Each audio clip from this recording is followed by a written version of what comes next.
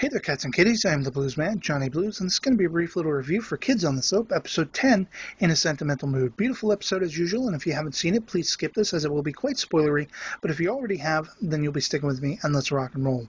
This episode basically begins right where we left off in the previous. Kaoru has just opened his piano keys to find the gloves that Ritsuko has knitted for him that he thought were going to be for Sentaro.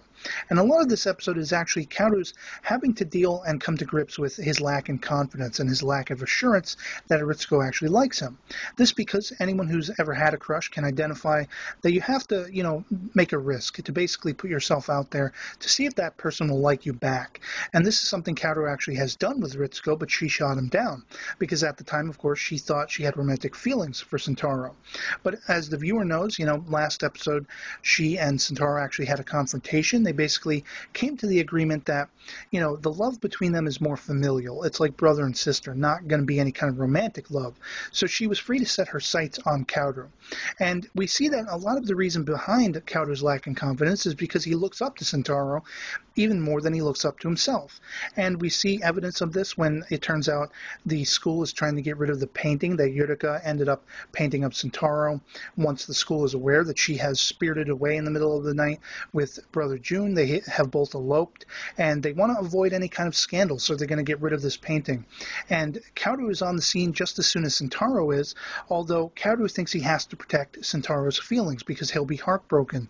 But very respectably so, he has manned up and moved on, and he's ready to call, it quits on that whole thing.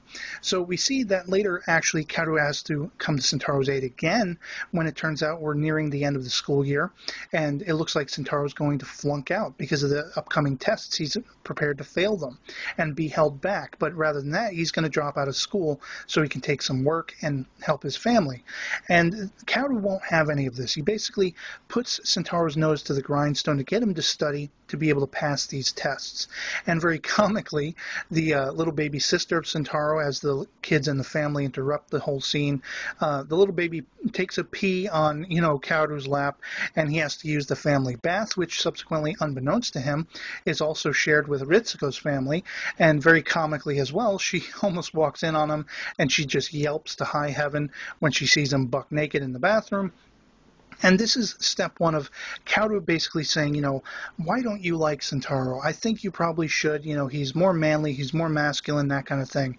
So he awkwardly leaves. He's soaking wet in the winter cold.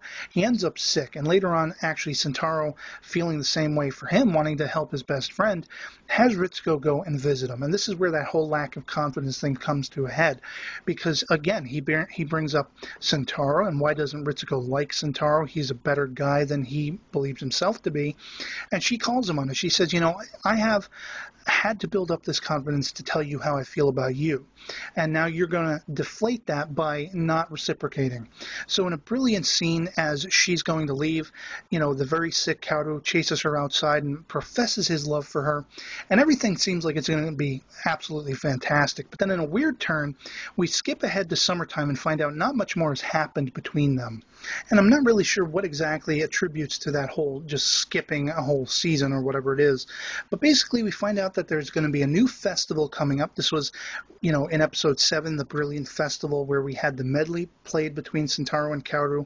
And it looks like everything's going to be beautiful. Olympus has actually gone around the school, and they're putting up pamphlets that are mocking the little jazz band and everything. So it looks like Kaoru and Sentaro are going to learn some new songs, put on a brilliant show.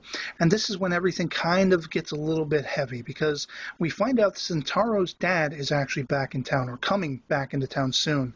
And there's some real legitimate reasons why his family's not too thrilled about that, especially Sentaro himself. And Kaoru, once again, being worried about his friend, says, are you going to be all right? Sentaro says yes. But it turns out Sentaro's actually planning on taking off. And that's pretty much where the episode leaves off. So I'll leave it there. But I'm definitely on the edge of my seat to see where this is going to go in the next episode. I absolutely loved the animation and the music as usual.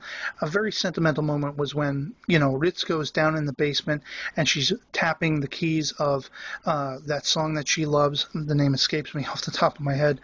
Someday My Prince Will Come, I believe it was. And I just love this whole unrequited love and this back and forth thing. Usually soap operas that do this kind of stuff, I hate them. But this show does it brilliantly and very relatably so. and I can't say enough good things about it. So I'm going to be definitely anticipating the next episode. I know we only have a couple left, and I would love to hear from you guys. If you've seen the episode, if you've seen this series, what do you think of it? Post that below in the comments, and otherwise, that'll be it for me. So I'll catch you all later. Peace.